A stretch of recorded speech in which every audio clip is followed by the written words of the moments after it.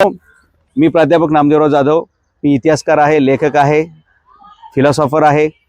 11 September 1883ला ज्या धर्मसभेमध्ये स्वामी विवेकानंदांनी भाषण केलं त्याच्यानंतर त्या स्टेजवर जाऊन भाषण केलेला अधिकृत दुसरा वक्ता म्हणजे नामदेवराव जाधव. मी अमेरिका पाहिलेली आहे, मी रशिया पाहिलेली आहे, मी मॉरिशस पाहिलेला आहे, मी दुबई फिरलेलो आहे, मी सिंगापूर पाहिलेला आहे. दरवर्षी वेगळ्या देशांमध्ये जातच असतो, काही देशांमध्ये रिपीटेडली जात असतो. हे सगळं तिथलं मी चित्र बघितल्यानंतर ज्यावेळी आम्ही मॉस्कोमध्ये होतो त्यावेळी आम्ही बघितलं की दिवसातून 2दा मॉस्कोतले रस्ते धुतले जात होते. ही गोष्ट सांगतोय जवळपास 8 वर्षापूर्वीची. मी तिथल्या त्या लोकांना थांबून विचारलं किंवा व्हॉट यू आर डुईंग दिस, तर ते म्हणले आमच्या नागरिकांचं आयुष्य 10 वर्षांनी वाढलं पाहिजे याच्यासाठी आमच्या महानगरपालिकेचा हा उपक्रम आहे की आम्ही दिवसातून 2दा रस्ते धुतो, धूळच नसली पाहिजे. बरोबर. आम्ही सिंगापूरमध्ये होतो नोव्हेंबरमध्ये. हा दौरा यासाठीच होता की तिथे काय परिस्थिती आहे. त्यांचा दिवसाचा एअर क्वालिटी इंडेक्स होता 12, आपला आहे 421. मी परवा एक पोस्ट टाकली होती, माझ्या घरामध्ये मी एक एअर क्वालिटी इंडेक्स सकाळी 8 वाजता मोजला 680. अरे बापरे. या स्थितीमध्ये निगडीमध्ये तो पण प्राधिकरणामध्ये. मग भोसरीचं काय सोडून द्या तुम्ही.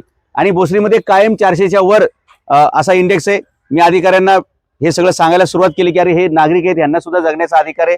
खरं तर जे चाललंय ते आपल्याला न दिसण्यासारखं आहे, परंतु याचे परिणाम खूप भयानक आहेत.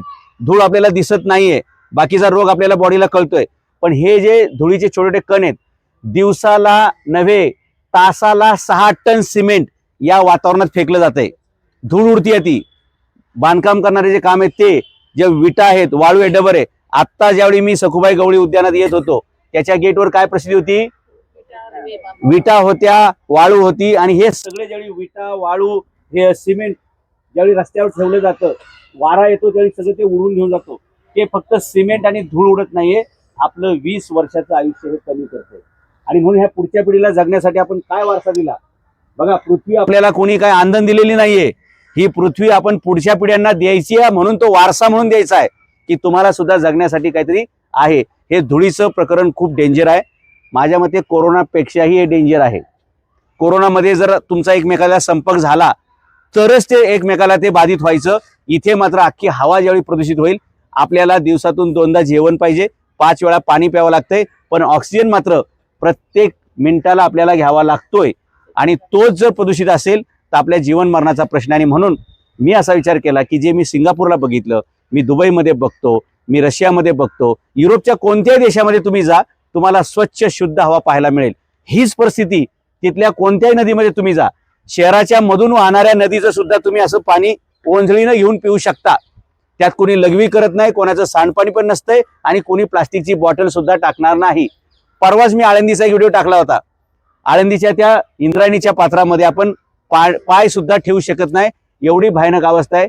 ज्या इंद्रायणीतलं पाणी 25-30 वर्षापूर्वी मी स्वतः बघितलंय, मी ज्यावेळी वारीला वगैरे यायचो, तर ते पाणी लोक बॉटलमध्ये तीर्थ म्हणून गावोगावी घेऊन जायचे आणि लोक ते पाणी सुद्धा प्यायचे, तीर्थ म्हणून प्राशन व्हायचं. आज इंद्रायणीची परिस्थिती नाही.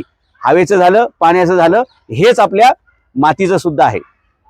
आज आपल्याकडे मातीचं सुद्धा प्रदूषण प्रचंड प्रमाणात आहे. आणि हे सगळं एकंदरीत म्हणजे आपण या शहरात आपलं आयुष्य 20 वर्षांनी गमावतोय. आणि हे सगळे प्रश्न हाताळताना मला असं वाटतं की राजकारणापेक्षा आपण या देशाचं, या समाजाचं काहीतरी लागतो. यासाठी सर्वांनी एकत्रित ही चळवळ केली पाहिजे. येत्या शनिवारी आम्ही महापौरांसोबत महानगरपालिकेमध्ये प्रत्येक सोसायटीच्या चेअरमन यांच्याबरोबर आणि सामाजिक पर्यावरणात काम करणाऱ्या कार्यकर्त्यांवर एक मीटिंग लावली आहे. त्याला सुद्धा आपण जास्तीत जास्त लोकांनी यायचे. आणि आपल्याला जी पुढच्या पिढीला जे हवेत विष मिसळलं जातंय, लक्षात घ्या. आणि असं नाही बरं का की जेव्हा हा धूर किंवा हे धुळीचं कण आपल्या शहरात जात आहेत त्या जे फुफ्फुसाला चिटकतायत, फुफ्फुस बदलण्यासाठी 45 लाख रुपये खर्च आहे मिनिमम. तर ती 45 लाखाची किंमत मोजायची का आपण आतापासूनच हे काही प्रयोग करून ही सगळी धूळ कंट्रोल करायची, हे आपल्याला पाहावं लागेल. 45 लाख रुपये प्रत्येकाकडे म्हणजे काय होईल, एक 1 BHK फ्लॅट विकत घ्यावा लागेल. एवढी कॉस्ट एकाच्या फुफ्फुसाची आहे. घरात 4 माणसं असतील तर तुम्ही समजून घ्या. आणि हे एकदा फुफ्फुसाला चिटकलं की there is a no operation, there is no excuse. आपण माणूस बदलू शकत नाही, फुफ्फुस बदलणं आपल्याला परवडत नाही. त्याच्यामुळे वातावरण बदलणे हेच आपल्या हातात आहे. धूळ कशी उडते तर लक्षात घ्या की ज्यावेळी एखादं बांधकाम सुरू करतात त्यावेळी ते उत्खनन करतात, खड्डा करतात आणि तो खड्डा केल्यानंतर ते खड्डा खोदताना जेसीबी पोकलिन ज्यावेळी लावतात त्यावेळी त्याच्यावरती पाणी मारायचं असतंय, त्याला ओलं करायचं असतंय आणि मग ते चालू करायचं असतंय जेणेकरून धूळ उडली नाही पाहिजे. याच्या संदर्भात मी सिंगापूरमधून व्हिडिओ टाकले होते की तिथे उत्खनन करताना कसं काम करतायत. संपूर्ण साईटला 30 फुटाच्या वरचे पत्रे असतात, त्या पत्र्यांमध्ये असा गॅप नसतोय, आपल्याकडे एवढा गॅप ठेवलेला असतो. म्हणजे धूळ केवढी म्हणजे 0. म्हणजे PM 2.5 आणि PM10. आता PM 2.5 म्हणजे किती माहितीये का, आपल्या केसाच्या 10 पट छोटा कण, एवढा बारीक कण. आणि फरक आपल्या गॅप किती आहे दोन पत्र्यात, एवढा. सिंगापूरमध्ये पत्रे असे असायचे एकमेकाला अटॅच, तिथे PM 2.5 सुद्धा, धुळीचा कण सुद्धा पलीकडे जाणार नाही. धुळीसाठी हे शिवाय हिरव्या मॅट लावलेल्या आणि त्या मॅटवरती पाणी ओतलेलं. मग ज्यावेळी ओली मॅट असेल त्यावेळी जे काही धुळीचा कण उडला तो त्या मॅटला चिटकतो. आणि त्या ज्यूटच्या असायच्या, ज्यूटच्या म्हणजे कळलं तुम्हाला, तागाच्या असायच्या. आपल्याकडे नायलॉनच्या करतात. आता त्या नायलॉनची रस्सी, नायलॉनची जाळी हे धुळीचे कण पकडू शकत नाही. बरं, त्याच्यावर पाणी टिकत नाही म्हणून ती ज्यूटची असावी. पिंपरी पालिकेने सगळे नियम बनवले, पण कुठे, कागदावर. कृती कुठे करायचे. तर मी जे सिंगापूरमध्ये बघितलं तिथले सिंगापूर हाऊसिंग बोर्ड आहे. सिंगापूर हाऊसिंग बोर्ड म्हणजे जसं आपल्याकडे म्हाडा आहे किंवा घरकुल योजना असते, प्रधानमंत्री आवास योजना असते, तसंच सिंगापूरमधल्या नागरिकांना घरं देण्यासाठीची योजना आहे. सिंगापूरमध्ये EMI नसतो, लक्षात घ्या. सिंगापूरमध्ये पार्किंगचे पैसे नाहीत. सिंगापूरमध्ये गाडी विकत घ्यावी लागत नाही. आपल्याकडे गाडी पण विकत घ्यावी लागते, पार्किंगची पण लफडी येतं. आता रस्त्यावर तुम्ही बघितलं सगळं काय ते. आणि धुळीचा प्रश्न तुम्ही बघितलेला आहे. तिथे साऊंड बॅरियर पण पाहिलेले मी. साऊंड बॅरियर म्हणजे जर इथं काम चालू आहे तर बाजूच्या सोसायट्यांना कळणार सुद्धा नाही की इथं बांधकाम चालू आहे. म्हणजे आवाजाची भानगड नाही, धुळीचं प्रकरण नाही, पाण्याचं सुद्धा व्यवस्थित काटेकोरपणे वापर होतो. हे सगळे रूल्स अँड रेग्युलेशन्स फॉलो करण्यासाठी पिंपरी चिंचवड पालिकेनं खूप गाजावाजा करून ग्रॅब नावाची सिस्टम आणली. ग्रॅब म्हणजे एक विशिष्ट यंत्रणा किंवा एक विशिष्ट पॅरामीटर की जिथे प्रदूषण शून्यावर आणायचं असते. पण हे फक्त कागदावर आहे. ते आपल्याला नागरिकांनी एक चळवळ करून हे जे कागदावर आहे ते प्रत्यक्षात उतरवण्यासाठी महानगरपालिकेला भारी काय म्हणतोय ना, महापालिकेला कृती करायला भाग पाडायचा आहे. त्यासाठी आपण दर रविवारी अशा वेगवेगळ्या गार्डनमध्ये या जनजागृती सभा पर्यावरणाच्या घेणार आहोत. आणि हे सर्व पक्षीय काम असलं पाहिजे.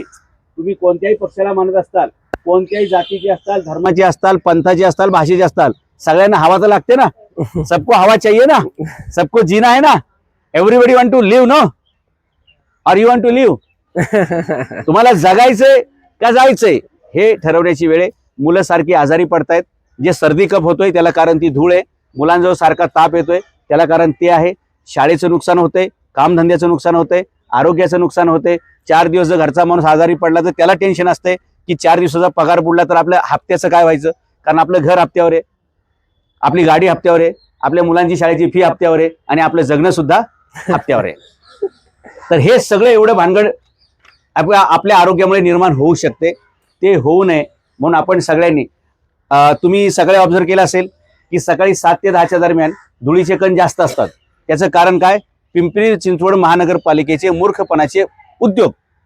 प्रत्येकाच्या हातात झाडू दिलेला आहे आणि तो झाडू इकडून तिकडे मारतात, तिकडून इकडे मारतात. पण ही धूळ रोज येते कुठून, ही धूळ येते बांधकामातून. जी माती उत्खनन करतात तिथे जेसीबी पोकलेन जिथे असेल उत्खनन करणारे तिथे पाणी मारत नाहीत. तो तसाच्या तसा चिखल तो त्या जे ह्याच्यात भरतात, डंपरमध्ये भरतात, हायवामध्ये भरतात आणि सगळ्या रस्त्यावरती जाताना सगळा गाळ सांडत असतो. जर ते सुकी माती असेल तर धूळ उडत चालत असते, बरोबर. आणि मग ह्याच्यामुळे काय होतं, जिथे ते चिखल पडला त्या चिखलावरून नंतर गाडी जाते, गाडी गेली की सगळा धुळा उडतो. तुम्ही याचा विचार केला का की रोज ही धूळ येते कुठून. आपण घर रोज साफ करतोय आणि दुसऱ्या दिवशी जर टेबलवर हात फिरवा तर असं बोटाला आपल्या पूर्ण धुळीचा थर लागतो. ही धूळ येते कुठून, तर ही येते बांधकामासाठी वापरले उत्खनन होतं. ती माती आहे, ही माती रस्त्याने नेत असताना मोठमोठे ढेकळं खाली पडतात, ओला गाळ खाली पडतो आणि तो वाळला की त्याच्यावर दुसरी गाडी गेली की तो फुटतो चिखल आणि ते सगळं धुळतो.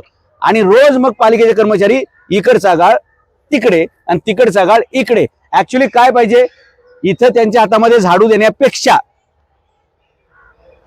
व्हॅक्युम क्लीनर्स दिले पाहिजेत. एवढं तरी महानगरपालिकेच्या भ्रष्ट अधिकाऱ्यांना कळायला पाहिजे की धूळ उडवणाऱ्या यंत्रणा पाहिजेत की धूळ खेचणाऱ्या यंत्रणा पाहिजेत.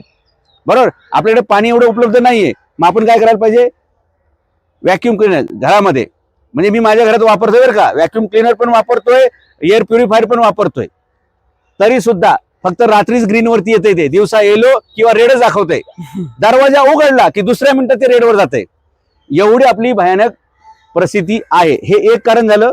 दुसरं कारण, ज्यावेळी हे सिमेंट वगैरे वाहून नेतात, डबार वाहून नेतात, खडी वाहून नेतात, परदेशामध्ये असे सगळे हायवा आणि डंपर झाकायचे असतात, म्हणजे त्यातलं काही खाली पडणार नाही एवढं त्याला पॅक बंद करायचं असतं. आपल्याकडे सगळं उघड आहे.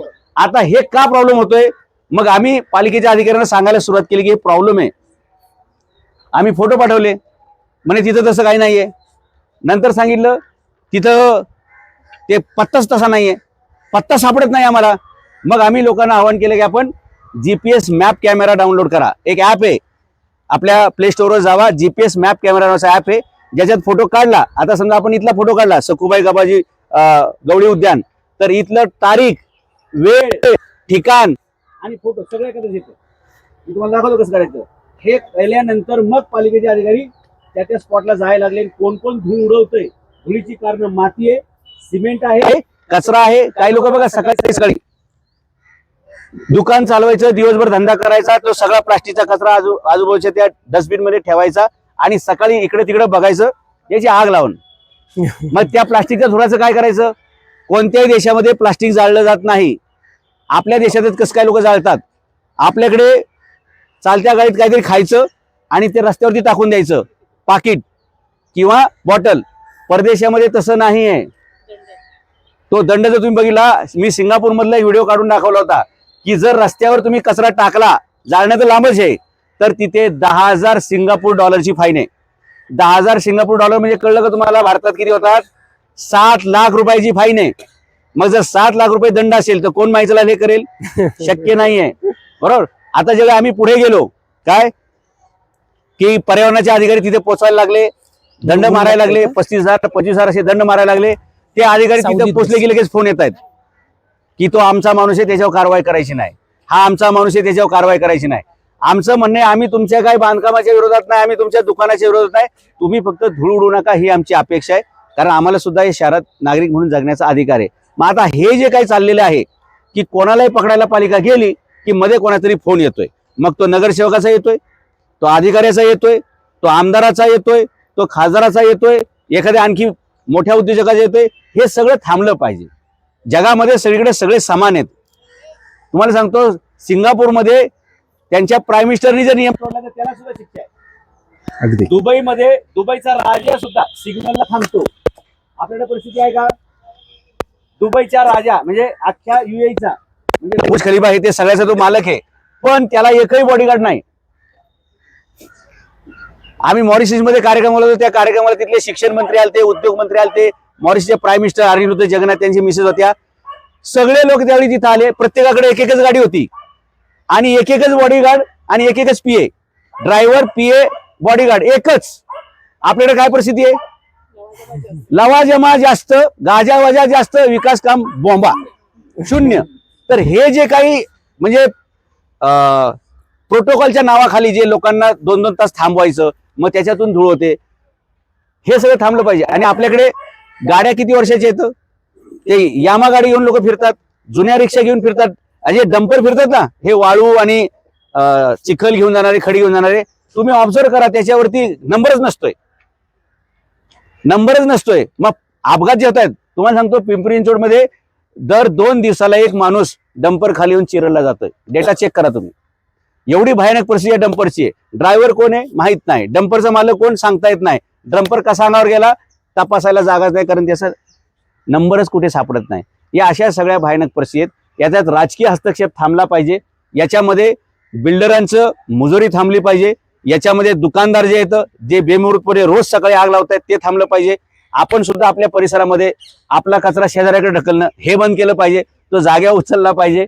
आम्ही सिंगापूरमध्ये बघितलं, सिंगापूरमध्ये धूळ अजिबात नाही. रस्त्यावर जे काही पालापाचोळा पडतो झाडांचा, तो उचलण्यासाठी त्यांच्याकडे त्या मशीन्स आहेत, अशा गोल गोल ते हे फिरतं घालतं, ब्रश असतात, आणि ते ब्रश गोल फिरताना ते सगळे पालापाचोळा आतमध्ये घेतात आणि जमा करतात. पिंपरी चिंचवड महापालिकेने कॉपी केली, अक्कल पाहिजे. त्यांनी पालापाचोळा गोळा करायची मशीन लावली होती. यांनी धूळ गळण्यासाठी केली. मी तुम्हाला कित्येक फुटेज दाखवेल की त्या ज्या गाड्या फिरतात ना त्या स्वतः धूळ उडवतात. कारण तो ब्रश फिरवण्याच्या अगोदर आहे ना पाणी मारायचं असतंय.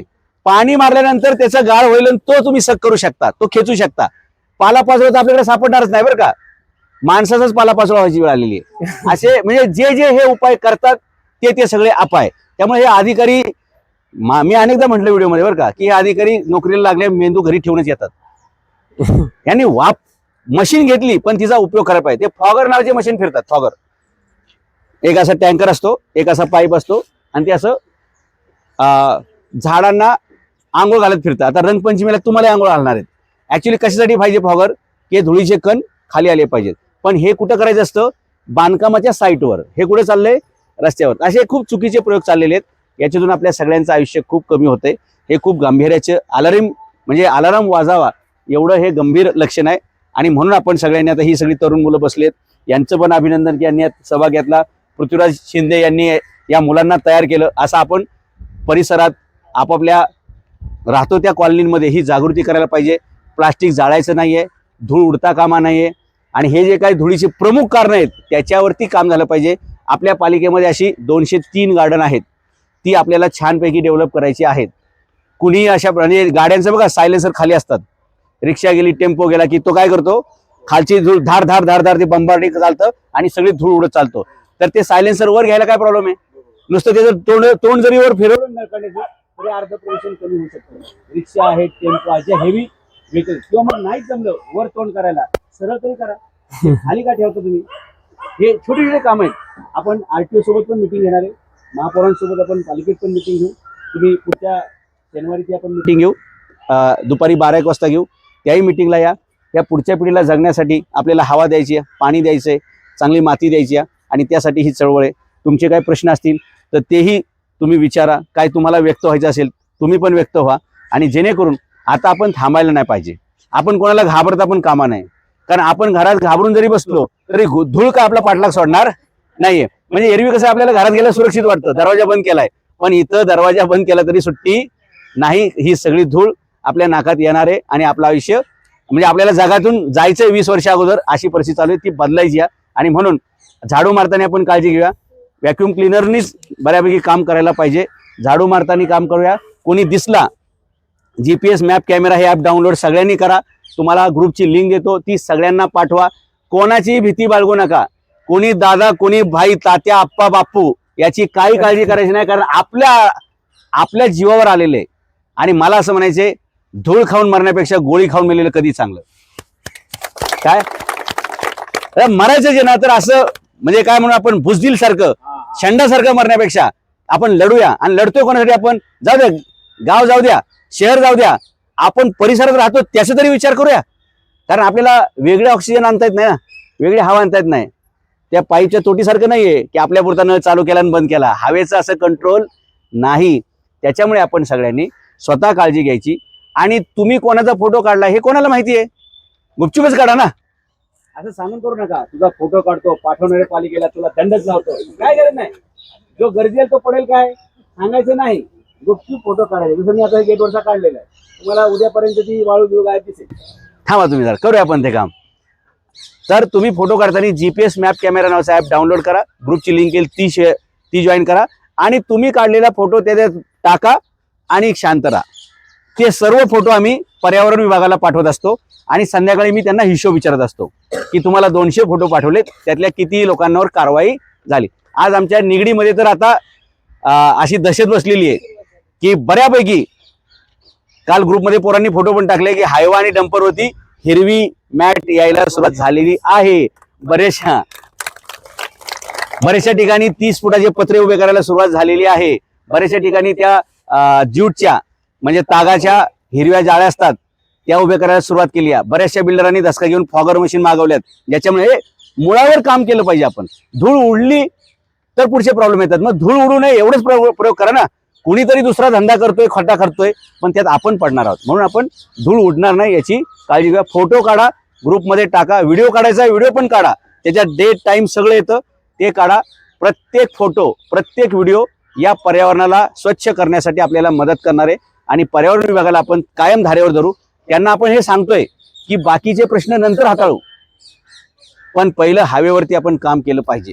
आणि त्यासाठी आपण हवेत जायचं नाही, आपण ग्राउंडवर राहून हे फोटो काढायचे आणि त्याच्यामध्ये शेअर करायचे. आज गेल्या आम्ही रविवारी मिटिंग घेतली दुर्गा टेकडीला, आज इथं भोसरीमध्ये घेतली. पहिल्या मिटिंगला 15 लोक होते, आज या मिटिंगला 150 पेक्षा जास्त लोक आहेत.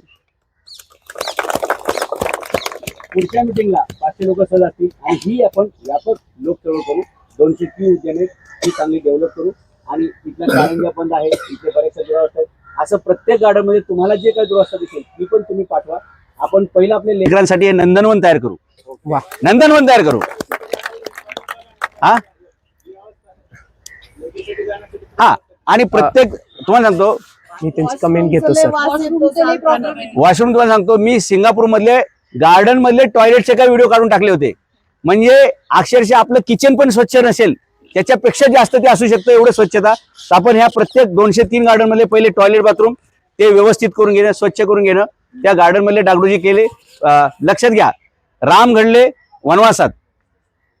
लोक मला विचारतात रामायण तुम्हाला काय कळलं, मी त्यांना एका वाक्यात सांगतो, राम बन गए इसलिए राम बन गए, राम वनात गेले म्हणून राम जनात आले. हे वनांचं महत्व आहे, हे जंगलाचं महत्व आहे, हे पर्यावरणाचं महत्व आहे. आणि कृष्ण तर आपले कायम जंगलातच राहिलेले आहेत. त्यामुळे आपल्याला जर आमचे पुढचे राम घडवायचे असतील, आमचे कृष्ण घडवायचे असतील, आमचे बुद्ध घडवायचे असतील, आमचे महावीर घडवायचे असतील, तर आम्हाला ही आमची गार्डन्स चांगली डेव्हलप केली पाहिजेत. आणि म्हणून सिंगापूरच्या धर्तीवर आपण पहिलं या शहरातलं सगळ्यात मोठं गार्डन दुर्गा टेकडी आहे, 65 एकरचं 75 एकरचं, ते डेव्हलप होईल. आणि तशाच प्रकारचं बाकी सुद्धा गार्डन्स डेव्हलप केले जातील. मी या शहराचे सुपर महापौर रवी लांडगे यांना अशा प्रकारचं काही माहिती दिलेली आहे की या शहरासाठी आपण प्राथमिकतेनं काय करावं. त्यांनी पण सकारात्मक प्रतिसाद दिलेला आहे. या गार्डनचे सुद्धा दुरुस्ती आपण छानपैकी करू. आणि तुम्ही आज नागरिक म्हणून जे घराबाहेर पडलात त्याच्यामुळे आपल्या पुढच्या पिढीला घरात राहता येणार आहे हे लक्षात घ्या. तुमचं अभिनंदन पहिलं, तुम्ही स्वतःसाठी काय वाजवा. गार्डनच्या दुरावस्था करू, रस्ते स्वच्छ राहू, तुमचे फोटो या शहराचं भविष्य बदलणार आहे. म्हणजे तुम्ही काढलेले फोटो, नाही तर आपले फोटो लागणार आहेत. भावपूर्ण श्रद्धांजली काल होते आज नाहीत, आहे की नाही. आणि आपण बोलायला शिकलं पाहिजे बरं का, कोणाला घाबरायचं नाहीये. मला सांगा किती लोकांना गोळ्या घालणार आहेत. मला अनेक लोक विचारतात बरं का, आपको डर नाही लगता क्या. हा, अरे घाबरायचं कोणाला, घाबरायचं कोणाला, कशासाठी. म्हणजे मला सांगतात ना आपको डर नाही लगता क्या, मी त्यांना विचारतो, त्यांना सांगतो की माझं ब्लड कुठलंय ते जरा बघून घ्या. आम्ही औरंगजेबाला ठोकलेली माणसं आहेत, बाकीचे काय हिशोब धरायचा. तात्यान बाप्पून आप्पान हे काय चाललेलं आहे. आप्पा बाप्पू त्याच्या घरी ज्यावेळी समाजाचा प्रश्न असेल त्यावेळी तिथे माझे वडील जरी असतील, माझा भाऊ जरी असेल, तरी मी त्यांच्या विरोधात असेल ही भूमिकेने मी काम करतो. चूक ते चूक म्हटलं पाहिजे, बरोबर. त्यामुळे फोटो काढा, आपलं शहर वाचवा. या पुढच्या पिढीला खूप काही आपल्याला द्यायचंय. आणि मी महापौरांना एक विनंती सुद्धा करणार आहे, ती तुम्हाला पण फायद्याची होईल.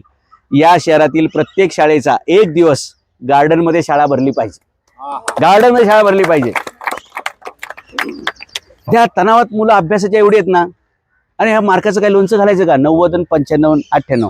माझी आई तर मला एवढं सांगायची, पास झाला बास झाला, सिंपल. त्याच्यामुळे मी इथपर्यंत आलो बरं का. तर आपण आपल्या मुलांसाठी गार्डन उघडे करूया, रस्ते स्वच्छ करूया, आपले घर आहेत त्या घरांमध्ये सुद्धा धूळ येणार नाही याची पूर्ण काळजी घेऊया. हा अजून थोडं बरं पडेल. हा, पण आता पाणी मारताना आपल्याला ना थोड्या मर्यादा येणार आहेत. आता आपण आहोत मार्च मध्ये, आपल्या धरणामध्ये पाणी खूप कमी आहे, बिल्डिंगची कामं वाढत चालल्यात, आणखी बिल्डिंग तयार होत चालल्यात. पण भविष्यात तुम्हाला सांगतो, साऊथ आफ्रिकेची राजधानी केपटाऊन मोकळी झाली, अफगाणिस्तानची राजधानी कंदार काबूल मोकळी, आज बिल्डिंग आहेत मोठमोठ्या, रस्ते आहेत, पाणी नाही, 1-1 कोटीचे फ्लॅट मोकळे येतं. जसं आपण कोरोनात गावाला गेलतो निघून, टाळा लावला, फक्त काय सोनं पैसा कॅश बॅलन्स असेल ते घेतलं, बाकी सगळं सोडून आपण गावाला गेलतो 3-3 महिने. तसाच प्रकार अनेक देशाच्या राजधानीत घडलाय. तो पिंपरी चिंचवडमध्ये भविष्यात घडू शकतो. एवढ्या इमारतींना पाणी आणायचं कुठून हे महापालिकेच्या अधिकाऱ्यांना कुणी सांगायचं नाही. ते इथे शेखर सिंग नावाचा एक भ्रष्ट माणूस बसला होता, त्यांनी तर एका महिन्यात 700 इमारतींना परवानगी दिल्यात खपाखप. आता एका इमारतीत 1000 फ्लॅट असतील तर झाले किती, यांना पाणी कुठून देणार. तर आता हवेचा प्रश्न आपल्या समोर आहे, भविष्यात पाण्याचा प्रश्न आहे, आणि भविष्यात पार्किंगचे पण प्रश्न आहेतच ना. गाडी घेतोय आपण, लावा जागा कुठे, इथं पार्किंगचं काहीतरी स्टेशन उभं केलंय, उद्घाटनच नाहीये. त्याचा व्हिडिओ टाकणार आहे मी आज संध्याकाळी की पार्किंग कधी करणार आहे सुरू. दुसरी गोष्ट झाडे लावायचा उपक्रम हा. आता या झाडांसंदर्भात पण आमचं स्टडी चाललंय महापालिकेच्या सोबत आपण काम करणार आहोत. ऑक्सिजन देणारी झाडं आणि धूळ खेचणारी झाडं हे कसं आपल्याला प्लांटेशन करता येईल याच्या खूप तुम्ही भन्नाट आयडिया मी महापौरांकडे देणार आहे, आयुक्तांकडे देणार आहे.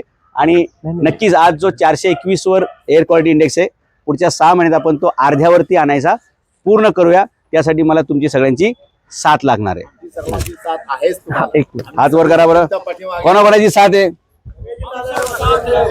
आम्ही एक सोडून दोन हातवरती गेले. येस. प्रदूषण हटवा, पिंपरी चिंचवड वाचवा, प्रदूषण हटवा, पिंपरी चिंचवड वाचवा, आवाज आणखी मोठा, प्रदूषण हटवा, पिंपरी चिंचवड वाचवा, प्रदूषण हटवा, पिंपरी चिंचवड वाचवा. बरोबर. भारत माता की जय. भारत माता की मी बऱ्यापैकी तुमच्याशी संवाद करायचा प्रयत्न केला आणि तुम्हाला काय जेव्हा आपण प्रश्नोत्तर घेऊया, कारण बोलणं कळतं असं नाही, आपण बरंच कळतं. हा. हे महाभारतातून आपण शिकू शकतो. मी सर्वात प्रथम आदरणीय सरांचं आपल्या सर्व सजग नागरिकांच्या वतीने कौतुक आणि आभार व्यक्त करतो की त्यांनी वेळातला वेळ इथे दिला. जिजाऊंचे वंशज असणारे प्राध्यापक नामदेवराव जाधव आणि त्यांच्या वाणीने, लेखनाने आणि विचाराने आपल्या सगळ्यांना कायम समाजाला एक संध घेऊन पुढे जाणार आहे. त्या काळामध्ये रायरेश्वरावर छत्रपतींनी जेव्हा स्वराज्याची शपथ घेतली, शपथेच्या अगोदरचा काळ तुम्ही आठवा. त्या बाल शिवबांच्या मनावर कधीतरी विचार आला असेल, कधीतरी त्यांनी कुणाला तरी बोलून दाखवलं असेल, काहीतरी त्यांना अपेक्षित 10-15 असतील, जे काही मावळे त्यांनी हातात घेतले, सोबत घेतले. आणि मावळे म्हणण्यापेक्षा त्यांचं वय यांच्यासारखं लहान. आणि त्या रायरेश्वराच्या त्या पिंडीसमोर बसून विचार करा. मला वाटतं आजचा हा क्षण तसा ऐतिहासिक असावा का, कारण की एवढा मोठा, जस सरांच्या भाषेत औरंग्या असेल, मुघल्या असेल, हे असेल, या सगळ्यांना नेस्ता नाबूद करायचंय आणि रयतेचं राज्य आणायचं, हा विचार मनाला शिवणं ही सुद्धा खूप मोठी भयंकर गोष्ट होती. त्यावेळी, त्या काळात, त्या क्षणी तशी शपथ घेतली, विचार घेतलं, म्हणूनच त्याच्यानंतर इतिहास घडला. आणि तो इतिहास घडवण्याचा आजच्या काळातला जर हा भाग म्हटला की पर्यावरण संदर्भात किंवा लोक चळवळीतून आपल्याला आपलं पर्यावरण, आपला समाज आणि आपण स्वतःला वाचवायचंय, इथून जरी काम केलं आणि सरांच्या नेतृत्वात आपण सगळे करू.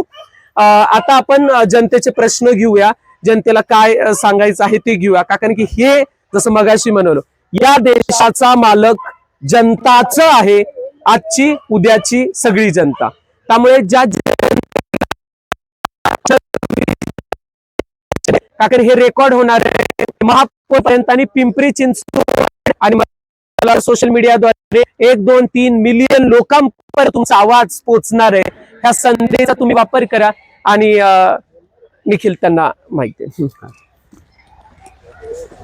आणि आपल्या समस्या थोडक्यात आणि मुद्देसूद मांडा, विश्लेषणात्मक. प्रत्येक सूचना या शहरासाठी महत्वाची राहणार आहे.